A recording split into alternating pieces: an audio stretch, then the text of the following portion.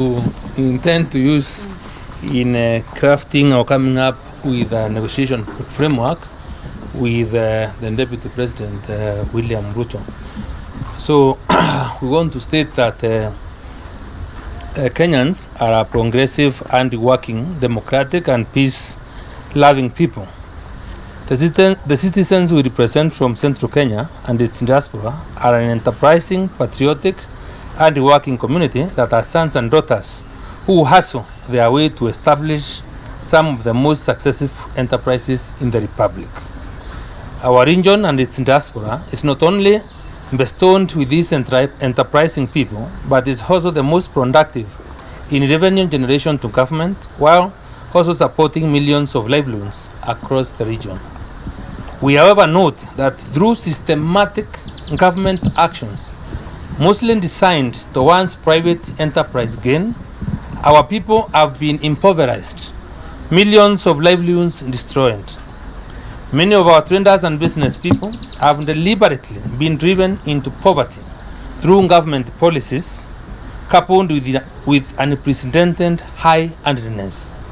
Our people have never felt and been this impoverished since pre-colonial Kenya. From our dairy farmers, miraa, rice, ndengu, potatoes, maize, horticulture, pyrethrum, avocado, macadamia, tea and coffee farmers, to our traders and industrialists, have all suffered immensely under the supervised hands of monopolistic cartels, an unfair business environment, and business insensitive directives from this government.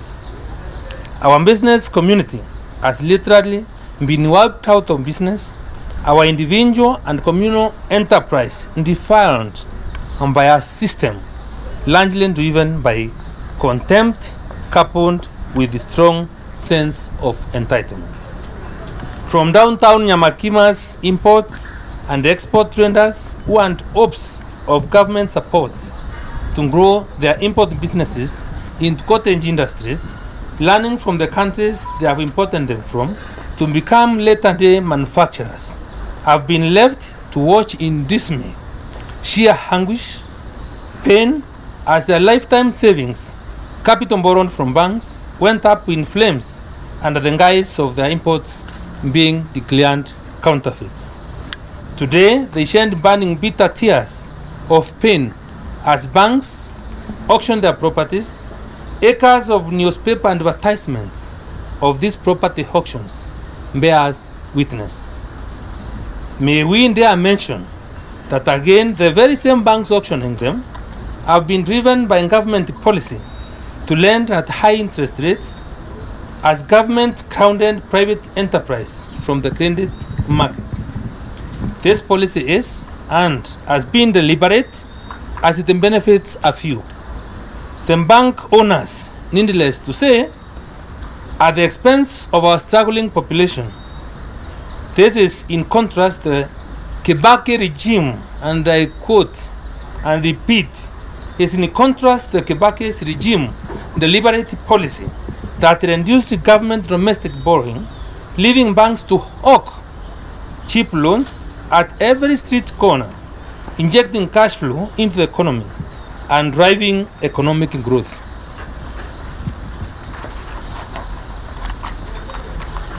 Our industrialists, traders, and business owners have their businesses rendered and shut down by state police, while others have literally been frustrated out of business by state agencies. To add insult to injury, the brute force of state police has been deployed to supervise the wanton destruction of homes and businesses painstakingly built from lifetime savings of ordinary people, majority of them from Central Kenya, shattering their lives and dreams and effectively rendering them destitute in their homeland. The least and the accompanying pain by our people is unmatched in the history of a young nation. This has been so despite the government being in our hands, with the most powerful offices being held by men and women from our region. The need of economic recovery, because this is the agenda that we are trying to build up for negotiation.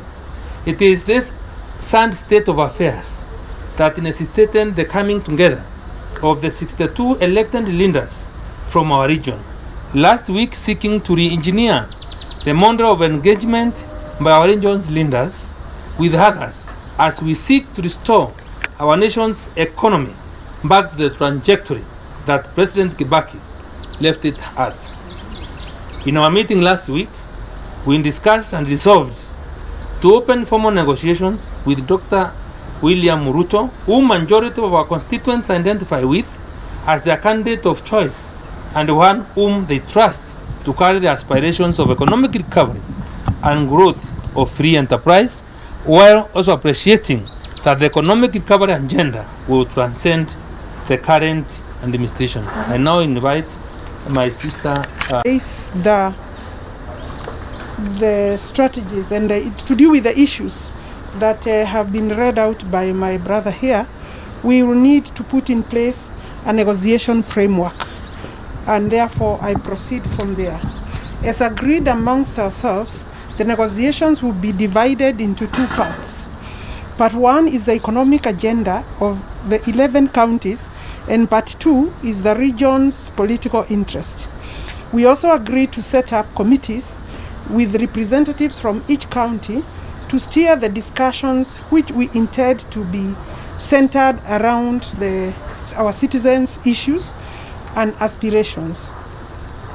We want to change the matrix of engagement from one of negotiating purely for political positions that benefit a few political leaders to one that is participatory, citizens-driven, begins with and anchored on the empowerment of the people and their aspirations. We want a candid engagement with the candidate, that is presidential candidate, on matters of economic recovery, and measures will take place the measures that will take place to restore our people's economic power and create jobs for our young people. Our discussion will be centered around job creation, enterprise development, business support, incorporating the transition from imports to cottage industries and onward to manufacturing. This will also largely include agricultural support for farmers, focusing on value addition, agro-processing, and guaranteed minimum return, as well as the dismantling of monopolies and cartels that have held farmers captive, actually from independence. We will also engage on the country's trade and foreign policy to kickstart negotiations for the reopening and expansion of our horticulture and mineral markets in the UK, Somalia, and other European countries. You know, this is a particular commodity that is grown in the eastern region, particularly Meru and Tharaka, and also Embu. This will subsequently be followed by a discussion on our region's political participation in the implementation of the agreed programs and intervention, as well as the overall governance of the country. With this in mind, and having been mandated by the larger team, and I mean this particular team before you, having been mandated by the larger team, we have held 2 meetings and drawn up on an engagement and negotiation framework that will incorporate economists and other professionals for our region and from our region, business and religious leaders, including the youth, Hustler Nation, representatives from all different sectors of our economy, from Mama Boga, Jamaa wa Boda, creative industry, and artisans. The list is long. We have mandated the committees formed to proceed, and these committees are led by elected members of parliament and nominated members, and initiate programs that we shall be announcing, which will include, but not limited to, webinar, country forums, limited by the crowd, the COVID protocols. We shall observe COVID protocols as we engage. We will not wait for COVID to finish, but we will engage using COVID protocols for guidance. Sectoral reforms and county-specific public engagements post-COVID also lockdown period. We shall soon be inviting professionals from our region and other areas, actually countrywide, to register for the program of activities that we shall be announcing, not today, but going forward, and not very far, very soon. We have also sought an appointment with His Excellency, the Deputy President of the Republic of Kenya, Dr. William Samoei Ruto, to discuss and agree on our proposed framework of negotiations towards economic recovery and democratic governance of our nation as a priority for the team. We, as elected representatives of the people of this republic, commit to pursue this agenda with the dedication, focus, and energy required to the best interest of the people that elected us and we represent, and in the best interest of the whole Kenyan nation. We will keep you appraised of further developments and or announcements as we move forward. God bless you all. God bless Kenya. Thank you very much.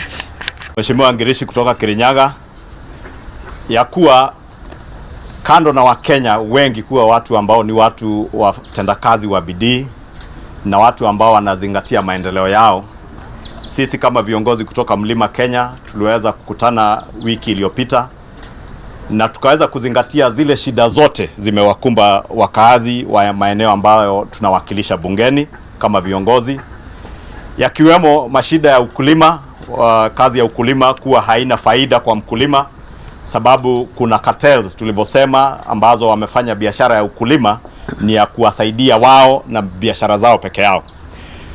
Ikaja kuwa mpaka wafanyikazi ambao walikuwa wanafanya kazi ya biashara ndogo ndogo kama wale tuliotaja kule Nyamakima waliweza kuchomewa mali yao, wakaweza kufungiwa mabiashara zao. Tumeona matendo ambayo yanazingatiwa na serikali yetu ambayo yamekuwa ni ya kuwafinyilia wananchi, hasa wananchi ambao wanatoka eneo la Mlima Kenya ambako tunatoka na area zetu za diaspora mahali watu wetu wanaishi. Tumeona ubomozi wa manyumba hasa wakati huu wa COVID kutoka Ruai, Kariobangi na hivi karibuni huko Njiru, wakati wananchi wengi wanaumia. Wengi wamefungiwa biashara zao, na sio watu wa biashara ndogo ndogo peke yake, hata watu wenye wamekuwa na viwanda ambao wanatoka maeneo yetu, wengine wamekuwa na biashara kubwa. Zingine polisi wametumiwa, wengine wametumia maagency ya serikali kama Kenya Revenue Authority, Asset Recovery, na wengine kugandamiza na kufungia watu biashara. Na kufuatilia kilio na hasira nyingi iliyokuwa na watu wetu, tuliweza kukutana kama viongozi wiki iliyopita kama mlivyo ripoti, na ndio tumeona leo ni muhimu tuwaite ili tuwapee hii statement kirasmi, tuambie ni kweli tulikutana viongozi karibu 62 na tukachagua kamati ambazo zitaweza kuongoza mazungumzo ya kuweza kutatua shida ambazo hasa watu wetu na nchi yetu inakumbwa nazo, tukizingatia sana matatizo ya kiuchumi na maisha ya wananchi. Kamati tuliochaguliwa, tumeunda kamati zingine ambazo zitazingatia mambo ya uchumi, mambo ya kilimo, mambo ya maisha ya wananchi wetu na jinsi watakavyoweza kujimudu kimaisha. Kufuatia mkutano wa pili leo, tumekutana kama kamati na wengine ambao wametuweza kutumia apologies ambao kuweza kuungana na sisi leo, lakini baadhi yao tulikuwa nao siku ya Jumanne.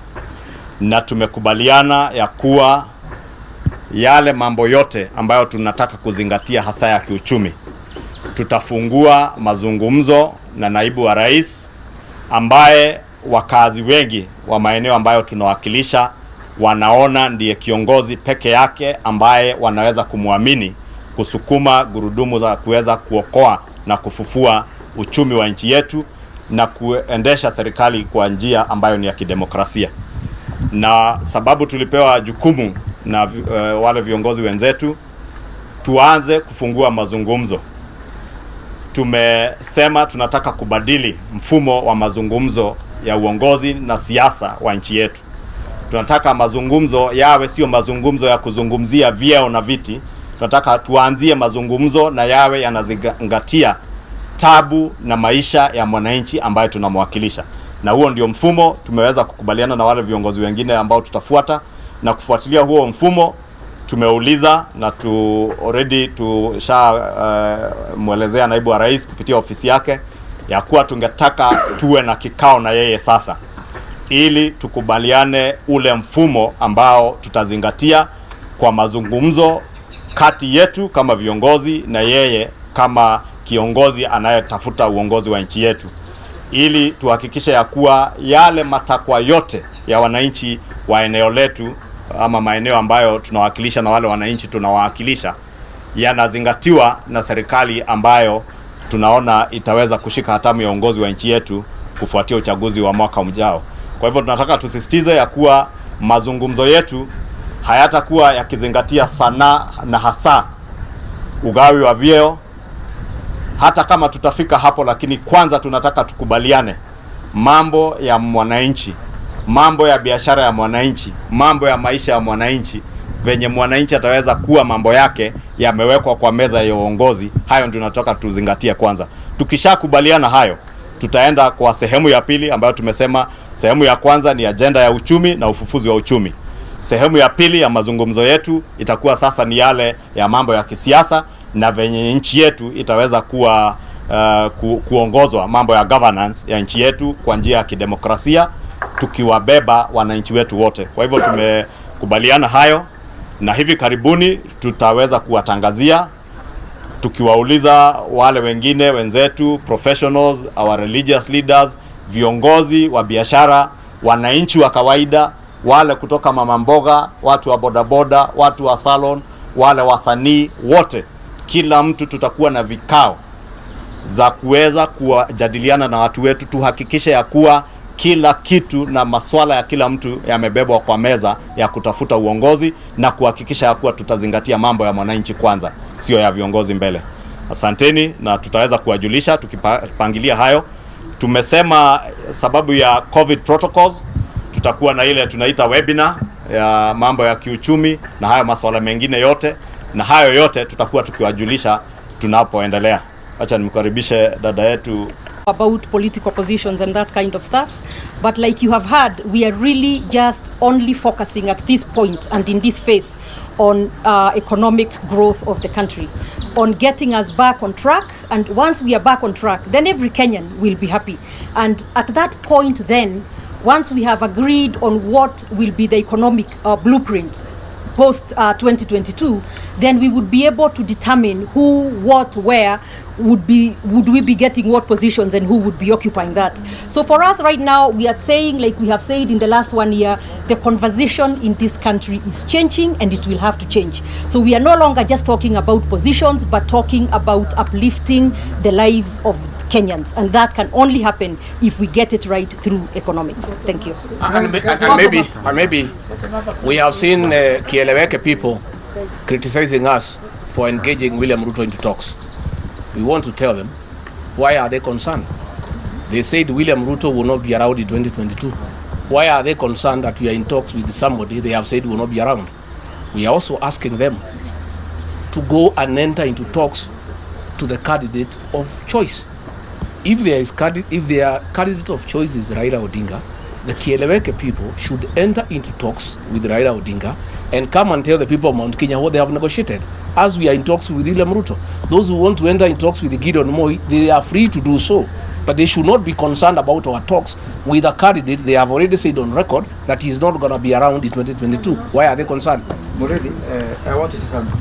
Because we keep on talking about bottoms up, and I think it's a theory. We were talking last few weeks about the money from IMF. It has come to my knowledge that the first tranche of 25 billion shillings of the money from IMF has come in. Out of 25 billion, 60%, 15 billion has gone to pay contractor of one project. Tell me, when is the trickle down going to happen if we take 15 billion out of 25 billion from IMF to pay a single contractor? We are aware there was some 40 billion shillings on the annuity fund. I can't recall the actual figure since I was fired as a vice chair of the transport committee. But I left around that 5 billion in the annuity fund. All of it is going to pay three contractors. yeah, for 3 projects.